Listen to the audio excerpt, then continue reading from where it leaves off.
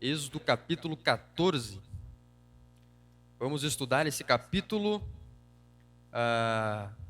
Eu não sei se eu vou conseguir terminar hoje. Se eu não terminar hoje, eu termino no domingo.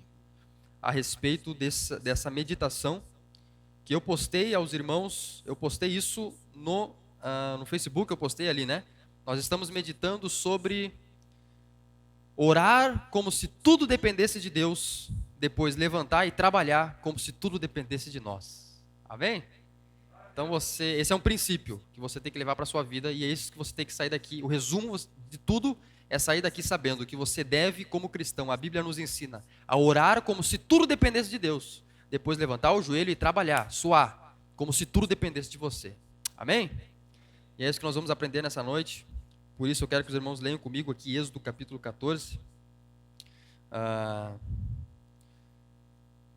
Por enquanto, feche seus olhos. Pai, eu peço que o Senhor venha sobre nós com a Tua palavra, que o Senhor venha sobre nós com poder, que nessa noite nós possamos aprender mais de Ti, nós possamos sair daqui, Deus, renovados na força do Teu poder, que o Senhor venha encontrar todo o coração que está abatido, que o Senhor venha encontrar toda a alma, Senhor Jesus Cristo, que está abatida devido a alguma situação, que o Senhor venha nessa noite, trazendo luz para os caminhos, trazendo luz para todas as pessoas que precisam, Senhor Jesus. Essa é a minha oração. Encontre todo aquele que está perdido na escuridão de suas decisões erradas, na escuridão de suas escolhas erradas. Encontre todo o coração fraco nessa noite e renove, restaure, Deus. Em nome do Senhor Jesus Cristo, essa é a nossa oração. Amém e amém. Acharam aí? Você que não achou, olha aqui ali, né? Se puder clicar ali, profeta, no último. O primeiro, na verdade, lá. Aí, que aí ele fica inteiro. Êxodo capítulo 14 aí. Nós vamos ler esse capítulo. Eu quero que você preste bastante atenção, que nós vamos estudar esse capítulo. Aleluia! Hoje. Diz assim: disse o Senhor a Moisés. Deus falou a Moisés. O que nós vamos ler aqui, irmãos, é uma passagem, uma história bastante conhecida por todos aqueles que são cristãos há muito tempo. Então, você que é cristão há bastante tempo, você vai ver comigo uma história que é uma das primeiras que nós aprendemos quando criança, que é a história da abertura do Mar Vermelho. Amém?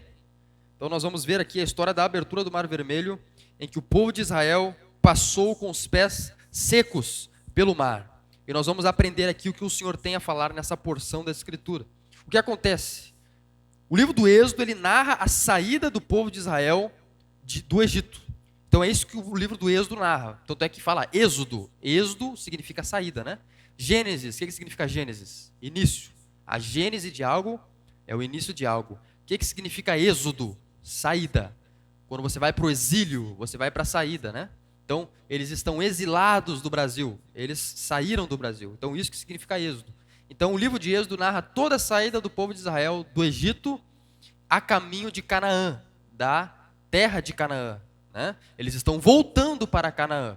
Então eles saem do Egito e estão voltando agora para Canaã. Eles estavam sendo escravizados no Egito pelo faraó que não conhecia eles. Eles tinham ido para o Egito através de José, aquele camarada dos sonhos.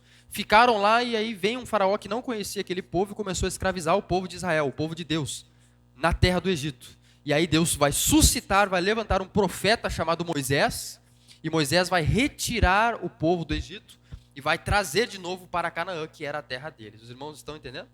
Então é isso que acontece. Moisés, ele foi um profeta levantado por Deus, né? Moisés significa aquele que foi tirado das águas. E aí ele vai tirar o povo, ele vai liderar o povo. Mas qual que é o tamanho desse povo?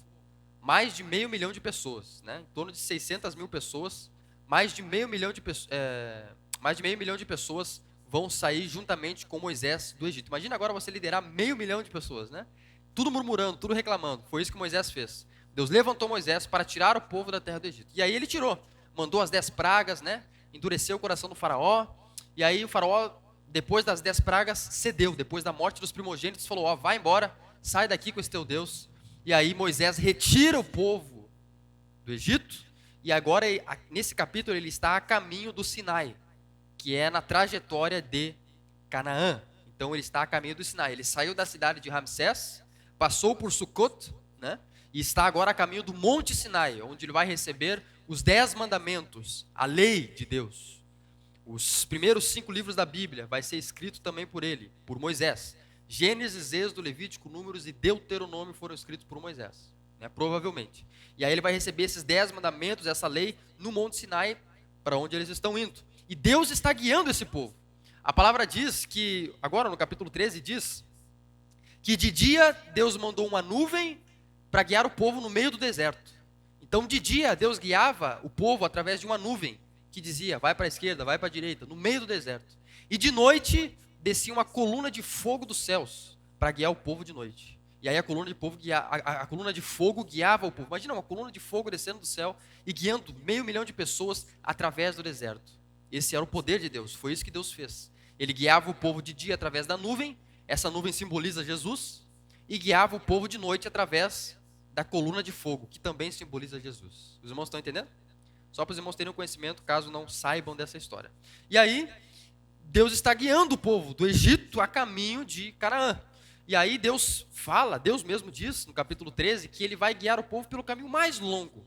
Pelo mais longo. Ele podia guiar pelo caminho mais curto, mas não. Ele traz o povo para o caminho mais longo, um caminho que nós não entendemos, que é o caminho que atravessa o Mar Vermelho. O Mar Vermelho. O Mar Vermelho estava aqui, o Sinai estava para cá e o Egito estava para cá. Então Deus, através da nuvem e da coluna de fogo, está guiando o povo em direção ao Mar Vermelho. E é isso que nós vamos ver nesse relato. Os irmãos entenderam até aqui? É mais ou menos isso, esse é o contexto da passagem que nós vamos ler, que é a abertura do Mar Vermelho. O povo está saindo do Egito, está indo para Canaã, aqui no caso está indo para o Monte Sinai, a fim de receber a lei de Deus. Então é isso que nós vamos ler aqui, ó. E aí nesse caminho, essa trajetória era em torno do Egito até o Monte Sinai, eram em torno de 240 quilômetros a pé, no meio do deserto, guiados pela nuvem e pela coluna de fogo. Versículo 1. Disse o Senhor a Moisés, né? Versículo 2. Fala aos filhos de Israel que retrocedam e se acampem defronte de Pi-Hairote, entre Migdol e o mar, diante de Baal-Zefon, em frente dele vos acampeis junto ao mar. Então, Faraó dirá dos filhos de Israel, Deus falando, ó, Faraó vai falar assim, ó, estão desorientados na terra, o deserto os encerrou, ou eles estão encurralados, né? Versículo 4. Deus falando, endurecerei o coração do Faraó, aqui é Deus que está falando, endurecerei o coração do Faraó, para que os persiga, e serei glorificado em Faraó e em todo o seu exército, e saberão os egípcios que eu sou o Senhor. E eles assim o fizeram. Amém?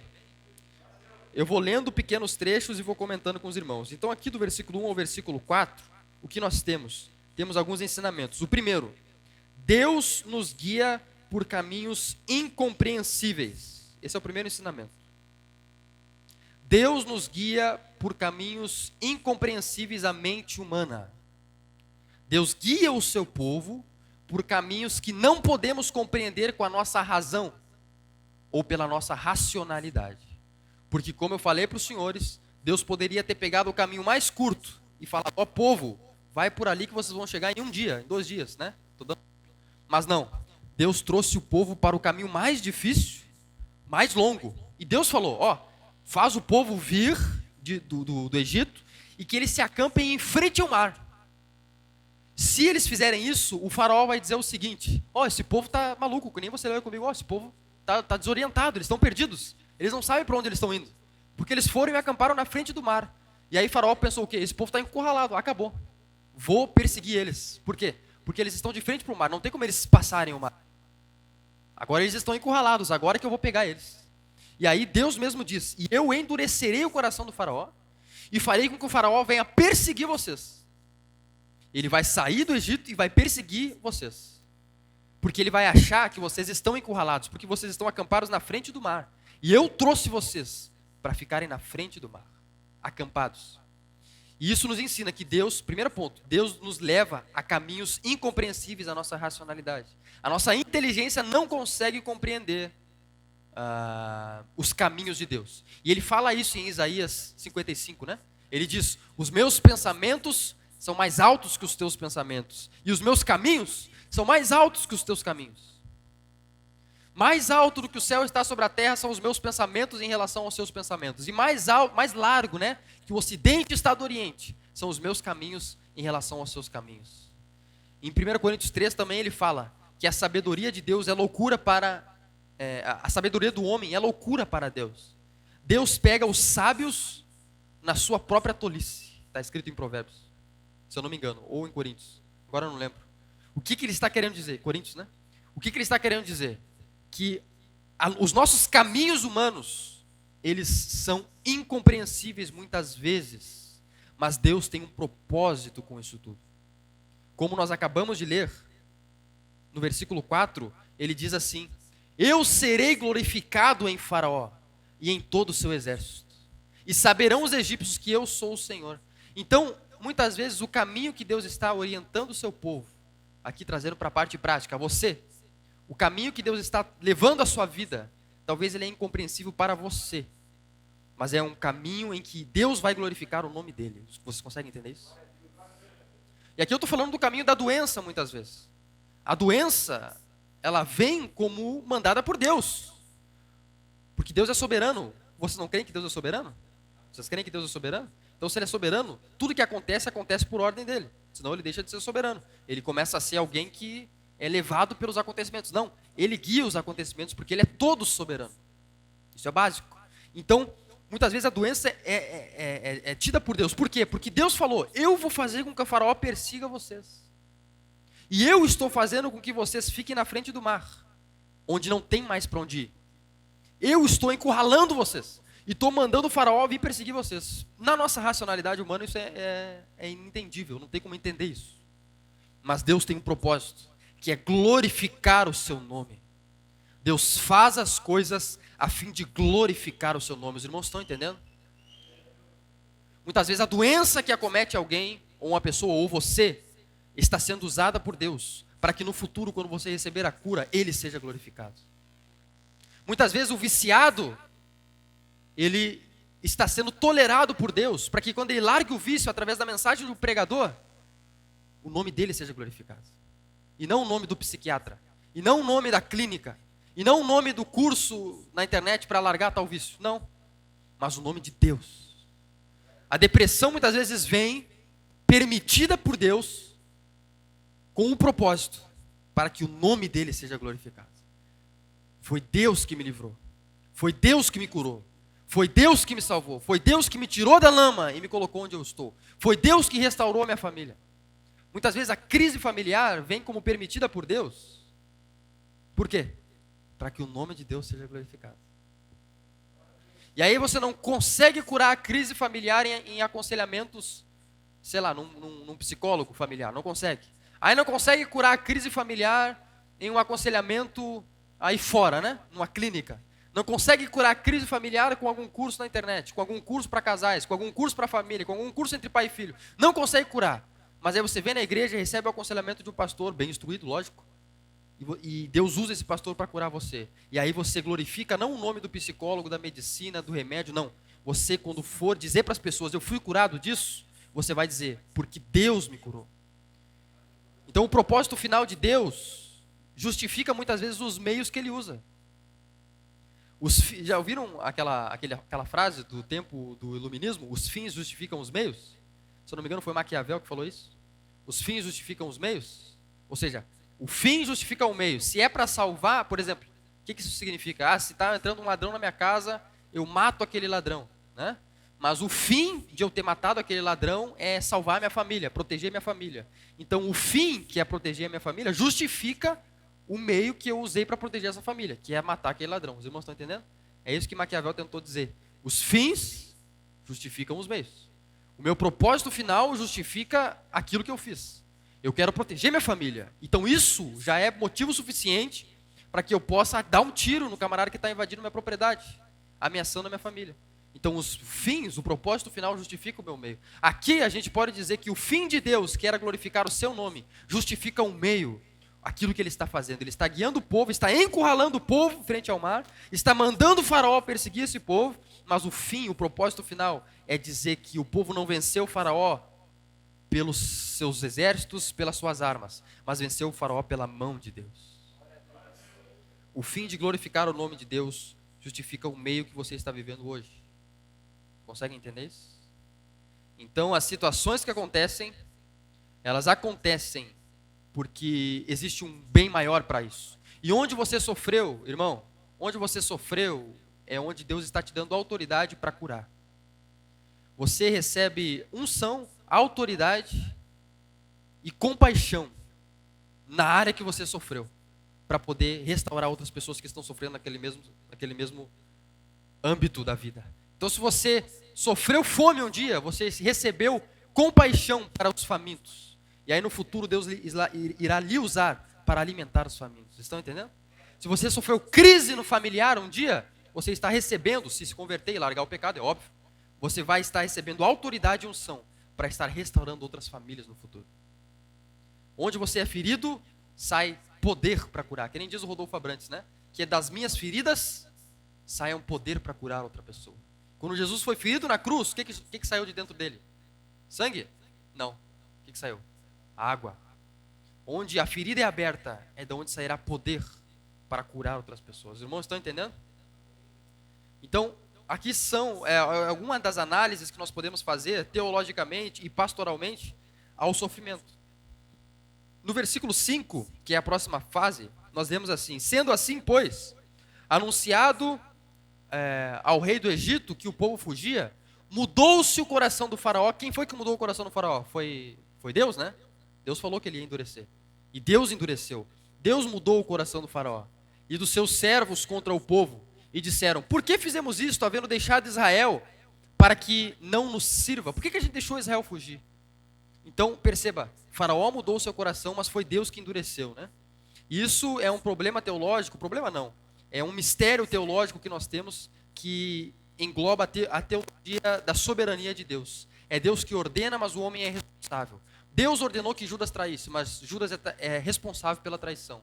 Deus ordenou que Pilatos, Herodes, esses camaradas matassem Jesus, né?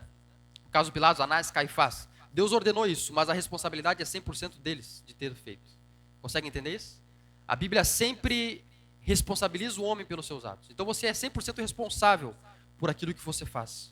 Ainda que tudo que você faz, você só o faz porque Deus lhe dá saúde. Que nem eu digo, né? Você só peca porque Deus te deu saúde para pecar. Aleluia.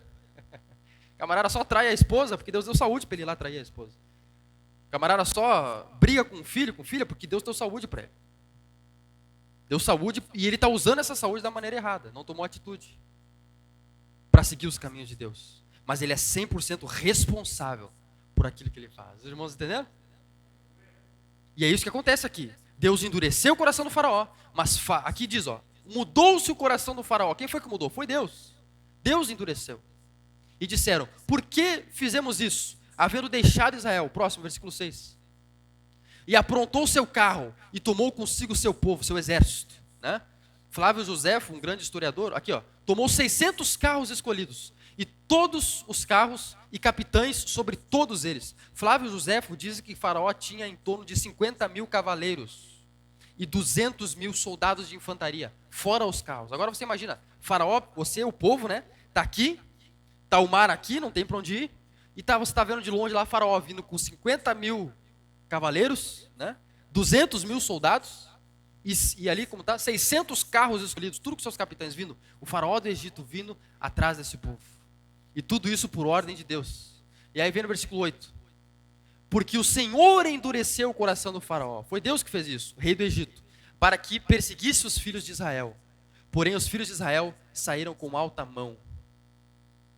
Versículo 9. E os egípcios perseguiram-nos. Por quê? Quem foi que fez os egípcios perseguirem? Foi Deus. É aquilo que o Martinho Lutero falava, né? Você que não sabe quem é Martinho Lutero, futuramente a gente vai ensinar vocês quem foi ele. Então, aquilo que Martinho Lutero falava: o diabo é o diabo de Deus, sabem? Até o diabo é o diabo de Deus. Você acha que o diabo faz o que ele quer, irmão? O diabo só age até onde Deus permite. O limite do diabo é Deus. Vocês conseguem entender isso?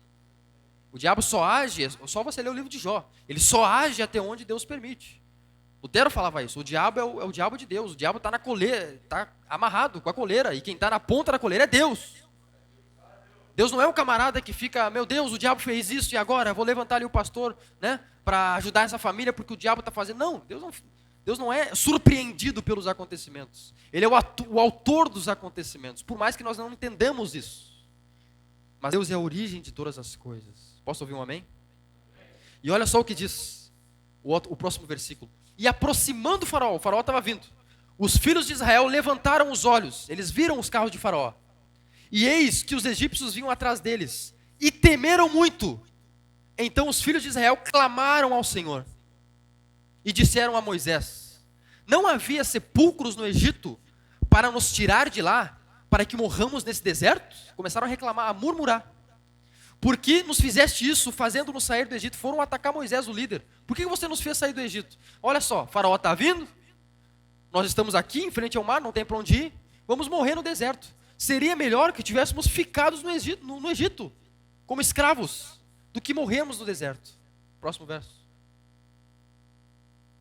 Moisés, porém, disse ao povo: não temais, estai quietos, e vede o livramento do Senhor, que hoje vos fará, porque os egípcios que hoje vistes, não mais os tornareis a ver.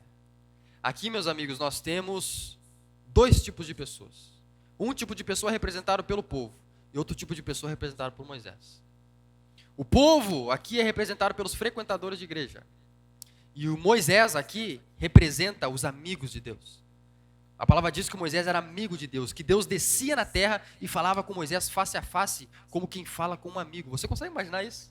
Moisés entrando na tenda e Deus, o Eterno, descendo na sua frente, que nem Moisés. E a palavra diz em Êxodo que Deus falava com Moisés como um amigo fala com outro.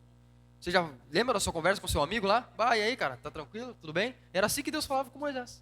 Como um amigo fala com o outro. Então Moisés era amigo de Deus. E Moisés não temeu os carros. Mas o povo que não tinha intimidade com Deus, que só frequentava de longe cultos, ouvia passivamente palavras de longe, mas não tinha o seu lugar secreto com Deus, o povo temeu quando o gigante se levantou.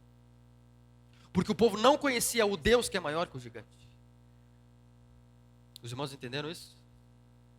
Então, esses são dois tipos de pessoas. Mostra os frequentadores e os amigos de Deus. As pessoas que têm intimidade com Deus, elas não temem os carros de faraó.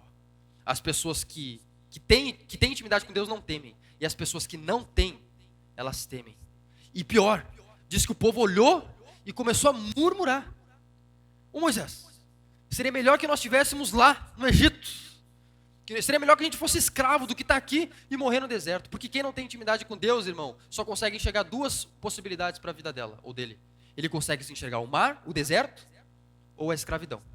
O povo só enxerga isso. Você viu que o povo só tem duas possibilidades? Olha, Moisés, ou a gente é escravo no Egito ou a gente morre no deserto. Para o povo que não tem intimidade com Deus, só existiam duas possibilidades. Mas para o íntimo de Deus, para o amigo de Deus, para Moisés, que conhecia o Criador de todas as coisas, que conhecia aquele que criou o céu, a terra e o mar, e inclusive o mar vermelho, que conhecia o Criador do deserto, que conhecia aquele que criou o faraó na barriga da mãe dele. O amigo de Deus sabia, ele era amigo, Moisés sabia que ele era amigo de um Deus que é Criador, que pode criar uma terceira possibilidade, uma terceira escapatória. Não, a nossa possibilidade não é ser escravo no Egito ou morrer no deserto. Deus vai fazer algum milagre. Os irmãos conseguem entender? Então os amigos de Deus, os íntimos de Deus, eles conseguem ver saída onde não há. Porque eles são amigos de um Deus que é criador e pode criar saída aonde não existe. Porque o ser humano, ele só pode criar a partir de algo. O ser humano cria uma cadeira a partir da madeira, cria uma folha a partir da árvore, né? Cria o fogo a partir da palha, cria, enfim, ele cria, né, o edifício a partir do tijolo, do cimento, da areia, cria o cimento a partir da areia. Ele não consegue criar algo a partir do nada. Mas Deus, ele criou todo o universo a partir do nada. Deus é o único que consegue criar as coisas a partir do nada. Não existia nada e ele trouxe tudo à existência. Esse é o nosso Deus. E os amigos de Deus conseguem ver essa possibilidade. Porque o povo pensou que existiam duas possibilidades. Ou eu sou escravo do vício, ou eu morro tentando vencer. Mas para os amigos de Deus, Deus cria uma terceira possibilidade. A abertura do mar. Então, ou eu sou escravo, ou eu fico aqui. Não. Moisés falou, não. Seguinte, não tem para onde ir, não tem como voltar, não tem como ficar. Não importa, Deus abre o mar. E nós passamos. Esse é o amigo de Deus. Ele sabe que ele é amigo de um Deus que pode trazer das coisas impossíveis, fazer tornar algo possível. Que um Deus que pode agir no ambiente do impossível e fazer as coisas se tornarem possíveis. Que o Deus que pode reverter uma situação irreversível, ele pode tornar reversível e trazer a existência. Que pode mexer no mundo do sobrenatural e trazer para as coisas naturais. Que pode trazer as coisas do mundo da impossibilidade para o mundo da possibilidade. De repente a sua visão está limitada pela sua falta de relacionamento com Deus. E na sua visão ou existe o vício, que simboliza o Egito, a escravidão. Eles eram escravos e todo vício escraviza. Então o vício, biblicamente falando, aqui simboliza qualquer vício. O Egito simboliza qualquer vício que pode ter na sua vida. Qualquer vício, dos mais inúmeros. Não importa qual seja. Eu tenho o vício de mentir. Isso está lhe escravizando. Tudo que você não tem poder para dizer não, você é escravo daquilo. Tudo que você não tem poder para dizer não para aquilo, já lhe fez escravo. Então, um viciado em droga, ele não tem força para dizer não para aquele pedaço de palha enrolado num papel. Então, ele é escravo de um pedaço de palha enrolado num papel. O avarento, que não consegue largar o dinheiro da mão, ele é muito avarento, mão fechada, e consequentemente não prospera, porque no reino de Deus e na natureza você só prospera quando libera, não quando você retém.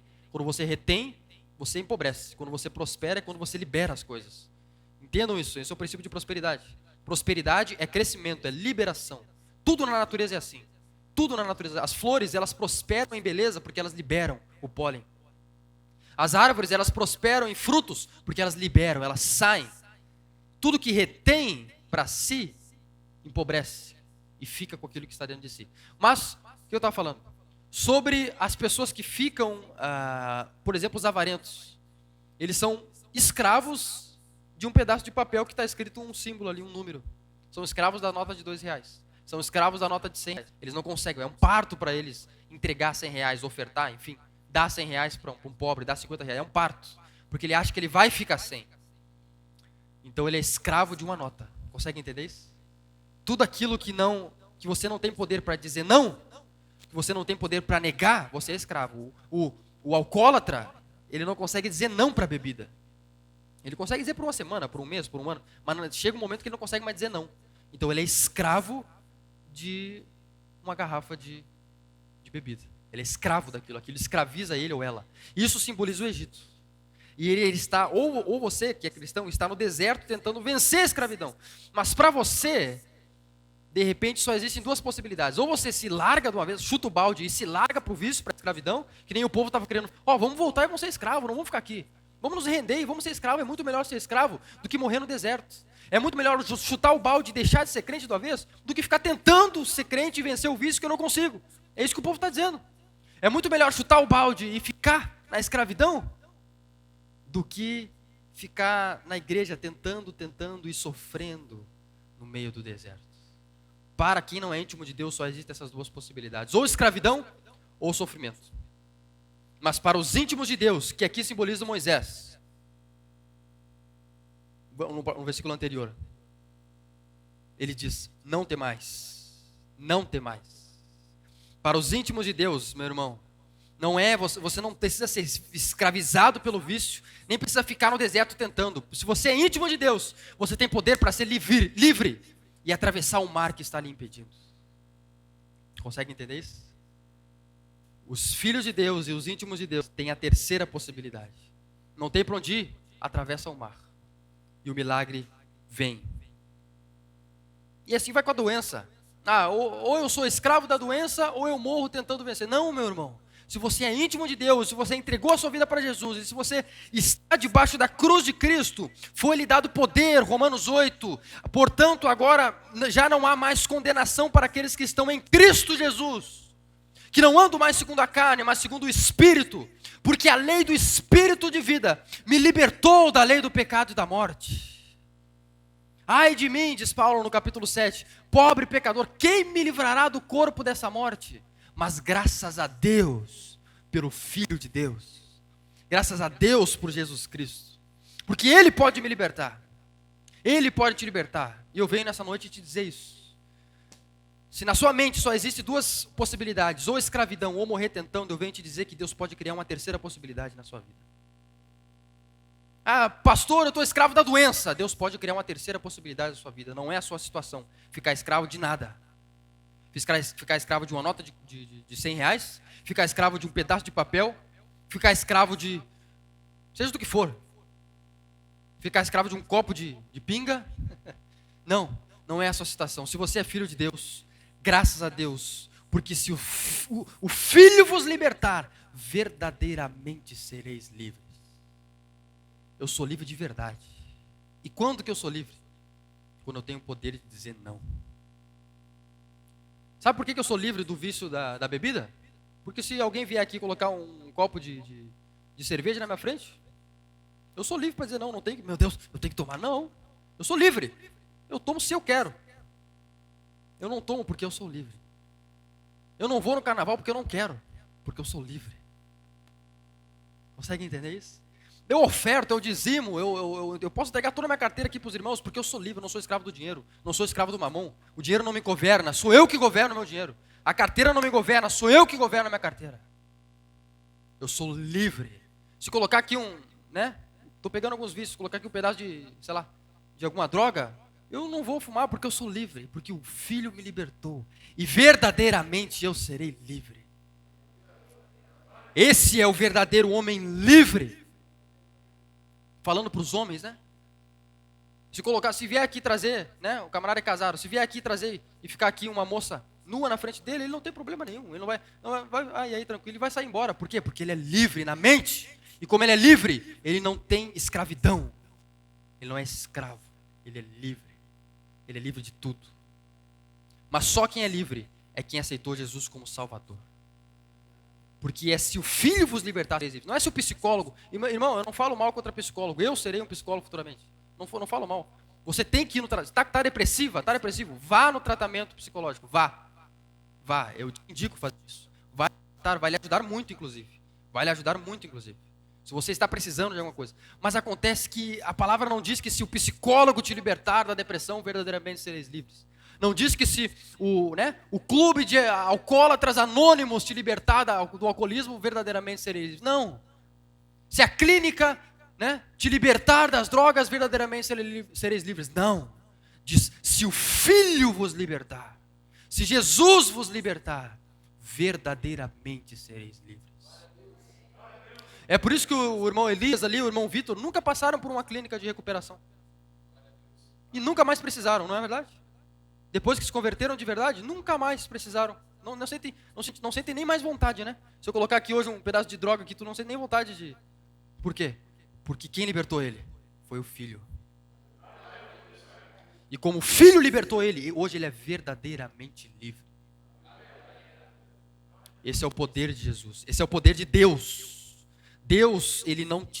Você tem a possibilidade de ficar escravo? Não, para Deus não tem esse negócio de ficar escravo. Para Deus não tem nem esse negócio de ficar patinando, tentando vencer, né? Que nem o camarada fica um mês usando cigarro eletrônico, depois fica um mês usando, é assim que nas clínicas fazem, né? Aí um mês de terapia, aí um mês de palestra, o que as drogas fazem de mal com o corpo. Não tem que ficar patinando no deserto, nem escravo no Egito. Você atravessa o mar e fica livre do outro lado. Livre da doença, livre dos vícios. Mas para isso, o Filho tem que te libertar. E para o Filho te libertar, você tem que entregar a sua vida para Ele. Verdadeiramente. Para que o Filho verdadeiramente te liberte, você tem que verdadeiramente entregar a sua vida para Jesus. E quando eu falo entregar a sua vida para Jesus, não é vir à igreja. Vir à igreja faz parte do processo. Você não vem à igreja para ser salvo. Você vem à igreja porque você foi salvo. Mas isso não lhe faz um cristão. Eu posso ficar 20 anos dentro de uma garagem e isso não vai me fazer um carro. Você pode ficar 40 anos dentro da igreja, isso não vai te fazer cristão. É a mesma coisa. Você só vai ser cristão verdadeiramente quando o Filho verdadeiramente te libertar. E o fruto do Espírito entrar, porque quando o Filho te liberta, o fruto entra. E quando o fruto entra, vem um negócio chamado domínio próprio. Você domina o seu corpo, não é o seu corpo que lhe domina. Os irmãos entenderam isso? Isso que nos mostra. E no próximo versículo, no próximo verso, diz assim: Olha só Moisés falando. O Senhor pela... Pode voltar no verso 13. Eu já vou entrar na ministração com os irmãos. Verso 13. Não temais, estai quietos e vede o livramento do Senhor. É o livramento do Senhor. Tu vê que o povo ficou quietinho? O povo estava reclamando. Daí Moisés falou, agora vocês estão quietinhos. Tá, e aí? Vocês não estavam todo galo para mim? Agora fiquem galos para o faraó também. Não, ficaram quietos. Por quê? Porque chega algum estado, nós chegamos em estados, nós chegamos em situações em que nós mesmos não temos força para vencer. O povo saiu armado, meu irmão, do Egito. Todo mundo saiu com um pedaço de pau na mão, de arma. Está escrito no capítulo 13. Todo mundo saiu armado, mas todo mundo ficou quieto. Moisés falou, vocês estão quietos aí? Estai quietos? Para vede que o livramento é do Senhor. Vocês não estão conseguindo vencer, porque o propósito é o Senhor te libertar. Que toda a glória vá para o Senhor. A medicina não consegue vencer, porque toda a glória não tem que ir para o médico, tem que ir para o Senhor. Existem situações que é assim. Os irmãos entendem? Que hoje vos fará, porque os egípcios, olha só, que hoje vistes, nunca mais os tornareis a ver. O Jim Swagger diz na Bíblia do expositor dele, que quando o Moisés está falando isso, ele não está dizendo que os israelitas não veriam mais egípcios na frente dele, não. Mas ele está dizendo que os israelitas nunca mais veriam os egípcios em situação de superioridade, e eles em situação de inferioridade, escravizados pelos egípcios. O que isso nos diz? Que quando o Filho te liberta, você não quer dizer que você não vai ser mais tentado. A tentação, ela faz parte do cristianismo. Quem aqui se converteu e nunca mais foi tentado na vida? Não existe isso. Mas está dizendo que quando a tentação vier, o vício que você tinha, ele não é, você não olha mais para ele como superior a você, mas agora você olha como ele inferior. O pecado, você não olha para ele como um gigante que você tem que vencer, mas você é o gigante em frente dele. E você resiste, porque você tem força do céu para resistir. Você não olha mais para os egípcios, para o pecado, para a doença, como ela sendo superior. Mas você é superior à doença. Você é superior em Deus ao vício, ao pecado, à tentação. Os irmãos conseguem entender? Então essa é a diferença. Essa é a diferença. E para finalizar, o Senhor pelejará por vós. Irmãos, é o Senhor que tem que pelejar por você. Você consegue imaginar o Deus Criador pelejando? E vós vos calareis. Vocês vão se calar. Vocês vão ficar caladinhos, porque vocês não fizeram nada. Foi o Senhor que lutou. Foi o Senhor que desbravou. Foi o Senhor que curou. Foi o Senhor que libertou. Foi o Senhor que fez tudo. Foi o Senhor que enviou para a igreja. Foi o Senhor que chamou. Foi o Senhor que salvou. Você já percebeu que você foi o Senhor que fez tudo? Foi o Senhor que deu saúde para sua mãe, para você nascer. Foi o Senhor que deu sanidade mental para sua mãe não te abortar. Foi o Senhor, né, que te deu saúde. Foi o Senhor que fez crescer com saúde. É o Senhor que está ali protegendo desse vírus maldito que está aí fora. Foi o Senhor que te protegeu da gripe H1N1. Foi o Senhor que te protegeu até hoje. E é o Senhor que te trouxe a esse lugar. E é o Senhor que vai te salvar. É o Senhor que vai te libertar. Porque o meu Deus é o Deus que quando não tem como voltar e se não tem como parar, Ele abre caminho no meio do mar. Amém? E vocês vão ficar calados. Porque é o Senhor que vai fazer tudo. E aí então disse o Senhor a Moisés: por que clamas a mim? Dize aos filhos de Israel que marchem. E aqui eu finalizo essa ministração, deixando esse princípio para os irmãos. O Senhor, Moisés foi clamar para Deus: Deus, e agora o que eu faço? O que Deus falou? Ó Moisés, por que você está clamando para mim? Fala para os filhos de Israel que marchem. Você tem que tomar atitude, irmão. As coisas só vão acontecer quando você... Como diz no próximo versículo, olha só o que diz no próximo versículo. Levanta a tua vara e estende a tua mão sobre o mar, e aí eu vou abrir o mar. Só que muitas vezes a gente está esperando que o mar se abra para a gente ir. Quando Deus nos passa aqui um princípio, é nós que temos que tomar a primeira atitude. Que nem eu falei, você se ajoelha e ora: Deus, faz, porque tudo depende de ti. Mas você se levanta no outro dia e trabalha. E soa. Que nem o pastor. Eu me ajoelho e oro para que Deus libere as vidas, para que Deus restaure as vidas. Mas no outro dia eu levanto, irmão, e saio com isso daqui, evangelizar. Pregar o evangelho, fazer visita, curar. Eu trabalho como se tudo dependesse de mim. Mas eu oro como se tudo dependesse de Deus. Repita comigo: o mar só se abre. Repita comigo: o mar só se abre quando eu estendo o cajado. Então não fica esperando o mar se abrir para você estender. Falando, por que você está clamando para mim? Você tem que tomar um passo de fé. Diga ao povo que marche. E quando eles marcharem, o mar vai se abrir. O povo estava bonitinho, né? Vamos esperar o mar se abrir para aí a gente começar a andar. Não. Você começa e o mar se abre. E você toma isso para todas as áreas da sua vida, irmão. Nem eu, né? O pastor.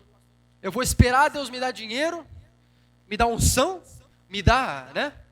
Ou vou esperar Deus me dar autoridade para ir iniciar uma igreja. Não. Você inicia e Deus lhe traz a autoridade e a unção. Eu vou esperar eu vencer a depressão para virar um diácono, para virar uma diaconisa. Eu vou esperar não sei o que para virar um líder. Não. Você toma o passo, você estende a mão e aí o mar se abre. E aí você vence. Eu vou esperar eu estar melhor para pedir perdão para essa pessoa, para pedir perdão para o meu esposo, para minha esposa. Não, você pede o perdão e aí Deus vem. Ó, esse camarada é fiel, ele tem fé, ela tem fé. Consegue entender isso? Eu vou esperar o emprego bater na minha porta. Não, você imprime o currículo, sai e entrega. E aí Deus está falando, olha só, estendeu o cajado, tem fé. Então eu vou abrir o mar. Tem fé? Tomou atitude? Então eu abro.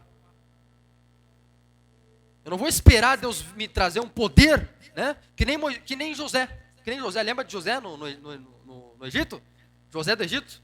Que estava na casa de Potifar e veio a mulher dele cantar ele, né? Querendo, José, deita-se comigo. E disse que a mulher de Potifar era uma moça muito formosa, né? Começou ali a tirar sua roupa e falou, ó, deita comigo. E não sei o quê. E aí o que José ficou fazendo? Ah, Senhor, me dá poder para eu vencer essa tentação. Me dá poder, Senhor. Me dá poder agora. Senhor Jesus, me reveste com autoridade para eu vencer. José ficou fazendo isso? Os irmãos são leitores da Bíblia, sabem que não. O que ele fez? Saiu correndo dentro da casa. Ele saiu tão rápido que ela ficou com o manto dele na mão, né? Ela foi pegar ele e ele saiu correndo, sai fora. E saiu correndo, partiu, fugiu, sumiu. Porque ele tomou atitude, ele não ficou esperando vir o poder do alto para ele entrar. Não. Ele tomou atitude contra o vício e aí Deus abriu o mar. Ele estendeu a mão e o mar se abriu. Ele deu o primeiro passo e a cura veio. Ela se ajoelhou para orar, então a cura veio. Ela começou a dizimar, então a vida prosperou. Irmão, olha só, eu tenho quase 20 anos dentro da igreja. Quase 20 anos dentro da igreja. Então eu conheço muita gente dentro da igreja. E eu posso te garantir, você quando tiver 60 anos, você vai garantir o que eu estou falando. Todos aqueles que eu vejo que esperam a vida melhorar financeiramente e ofertar, nunca melhorou. Nunca. Lá no 2009, lá no Maia era assim, né? O camarada esperava melhorar a vida financeira, ganhar a promoção, aumentar o salário para começar a dizimar, para começar a ofertar. Nunca aconteceu na vida dessa pessoa. Tem um exemplo aqui, eles não estão aqui, vocês nunca vão ver eles. O Marcinho, o Márcio, todos esses daí. Aquele outro, esqueci o nome dele, um dos outros discípulos amigos do Márcio, o Romero, que era lá de Uruguaiana. E, pastor, eu vou esperar agora, vou receber um salário, aí eu vou começar a dizimar e ofertar. E aí eu tenho certeza. Não, meu irmão, não leu a Bíblia, não teve ensino. Está esperando melhorar para eu começar. Não, eles nunca melhoraram de vida. Agora, eu conheço irmãos, e em contrapartida eu conheço os irmãos que começaram a dizimar e ofertar mesmo não tendo. E hoje são ricos. Começaram dizimando R$1. Hoje estão ofertando R$1.000, R$2.000. Dizimando. R$1.000, R$3.000. Porque Deus falou, o bicho é bravo, hein? Não tem. E está agindo como se tivesse. Ô anjo, desbloqueia aí a vida espiritual desse camarada, porque ele tem fé. Está sendo fiel agora, vai ser fiel quando tiver 1 milhão. Amém? Os irmãos me conhecem, sabem que eu não estou falando isso para que os irmãos ofertem e dizimem. Não quiser dizimar ou ofertar aqui, não dizime. Vai a outra igreja. Não quiser fazer, não faça. Eu não preciso do seu dinheiro. O que eu estou dizendo é ele passando um princípio. Você que está esperando acontecer para poder iniciar, saiba que isso nunca vai acontecer. Porque no reino de Deus você tem que iniciar para poder acontecer. Consegue entender? Você estende a mão e o mar se abre. Você estende o cajado. Sem fé é impossível agradar a Deus. Você toma um passo de fé e Deus abre o mar. Se você não tomar o passo, Deus não vai abrir. Se você, né? Estou esperando para ver se eu, sei lá, se essa pessoa, né? Estou orando por essa pessoa para ver se ela me chama aí, para ver se começa um relacionamento. Não vai iniciar nunca. É você que tem que estender a mão, iniciar, tomar atitude, para que Deus faça as coisas fluírem. Estão conseguindo me entender? Esse é o princípio divino, esse é o princípio do reino. Tome um passo contra o vício, tome um passo contra essa crise que você está passando, com esse problema que você está passando, contra a doença que você está passando, não importa. Estou passando por crise financeira. Faça que nem o profeta Mateus, filho do irmão Adão ali. Ele não tinha zero no bolso. O que ele começou a fazer? Começou a escrever, ele pegava um papelzinho e colocava o número que ele estava ofertando, né? Um papel de caderno e colocava ali R$20 e desenhava R$20, ia lá na frente e ofertava R$20 de papelzinho, de caderno. Depois, no outro culto, ia R$5. Não tenho nada, ele não tinha nada mesmo, tinha zero. Ia lá, ofertava. Ia lá, ofertava e desenhava o dinheiro e colocava. Deus, eu estou aqui tomando atitude. Deus falou, o moço é bravo. O moleque é bravo. Agora eu vou entregar para ele, agora eu vou liberar. No outra semana, no outro mês, se eu não me engano, ele já conseguiu um emprego. E começou a prosperar. Conseguiu, ele não tinha celular na época, ofertaram um celular nele, não tinha bicicleta, ofertaram a bicicleta nele, se eu não me engano. A irmã Zi, né? Tem mais coisas que ofertaram nele. Não tinha, o ITQ ele não tinha para fazer, ofertou todo o curso, seminário que eu fiz, seminário teológico, ofertou todo o seminário para ele, porque o camarada tomou uma atitude. Eu não tenho, mas eu vou lá e vou fazer minha inscrição no seminário. Não tendo. Aí Deus olha para aquilo e Deus fala, meu Deus. Deus fala, meu Deus. Deus fala assim, meu Deus, meu Jesus, meu Espírito. Não tem e tomou atitude. Não, Moisés está na frente do mar e levantou o cajado esperando que eu abra. Mas que homem de fé. Ele crê que eu realmente vou abrir. Então eu vou abrir. Aleluia. Então entenda isso. Eu quero finalizar com isso.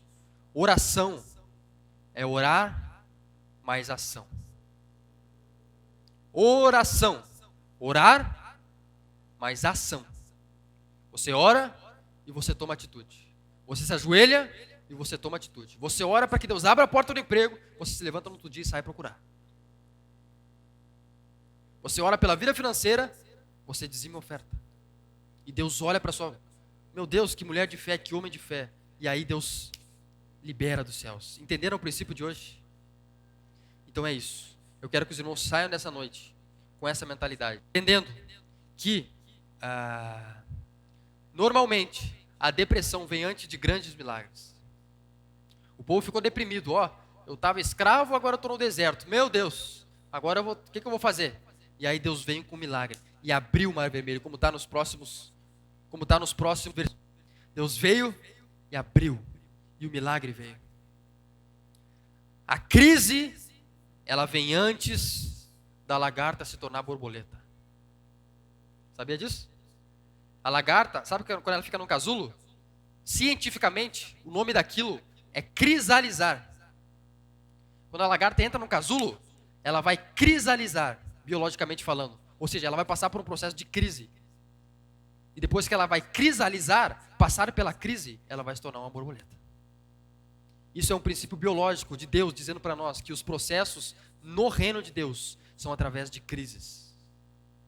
A crise para a lagarta é algo bom, porque ela vai deixar de rastejar e vai começar a voar. Para nós a crise é algo ruim, né? Meu Deus, estou em crise. Se você falar com uma lagarta, se um dia ela falar com você, você vai dizer assim, tá aí a crise, ela vai falar, meu Deus, como eu queria passar por uma crise. Meu Deus, pastor, como eu queria passar por uma crise. Porque a crise é a mola que me tira daqui e me leva para lá. A crise é o processo que me tira dessa situação de escravização, de vício, de rastejamento e me leva para a situação de liberdade, de livramento, de voo, de beleza. Esse é o processo de crise. Os irmãos entenderam? Então é isso que significa crise na cosmovisão cristã, é isso que significa crise para nós. Os irmãos coloquem-se de pé. Eu quero nessa noite orar com os irmãos e pedir para que o Espírito Santo venha sobre nós e venha sobre você, para que nós possamos crescer em maturidade nessa noite, entendendo que a crise ela não é o lugar, ela não é um fim, ela é um meio. A crise ela não é o nosso estágio final. Ela é o meio através do qual Deus vai nos levar de um lugar para outro lugar. Do deserto para o monte. Que o mar fechado não é o nosso fim. É o nosso fim para nós mesmos. Mas aos olhos de Deus, o mar fechado é o lugar, é a matéria-prima para que Ele faça o milagre. Para que Ele faça o impossível. A matéria-prima do milagre é ser impossível. Se não fosse impossível, não seria milagre. Só é milagre porque é impossível. Então é bom que seja impossível. Porque é a matéria-prima para o milagre. Os irmãos estão entendendo? É isso que é o milagre. É isso que Deus trabalha no ambiente dos impossíveis. Nós trabalhamos no ambiente do possível. Olha, eu vou trabalhar se eu puder. Eu vou trabalhar se eu tiver saúde. Eu vou vir na igreja se eu puder. Eu vou dizimar, vou ofertar se eu puder. Deus não. Deus, Ele trabalha no ambiente dos impossíveis. Ele trabalha na cidade, no mundo. Deus age nesse mundo. É impossível que o mar se abra. Mas Deus que age no mundo dos impossíveis vem e abre. E o povo passa. Com os pés secos. E nós vamos analisar até o final desse capítulo. Eu creio que domingo nós vamos finalizar esse estudo. Não tive tempo de finalizar. Domingo nós vamos finalizar. Amém? Mas até hoje entenda. Oração, orar, mais ação. Ore, mas haja. Ore, mas toma atitude. Ore como se tudo dependesse de Deus. Mas trabalhe como se tudo dependesse de você. Feche seus olhos. Pai, eu quero nesse momento colocar, Deus, a Tua igreja em oração. Eu quero nesse momento, Senhor Jesus, orar para que o Senhor venha nesse lugar. Eu quero, Senhor Jesus, pedir que o Senhor derrame, Deus, a Tua graça sobre nós. Que nós possamos entender, Deus, quem o Senhor é. Que nós possamos entender aquilo que o Senhor faz por nós. Eu peço que o Senhor venha, Deus. Sobre irmãos, levante sua voz em oração, em nome de Jesus.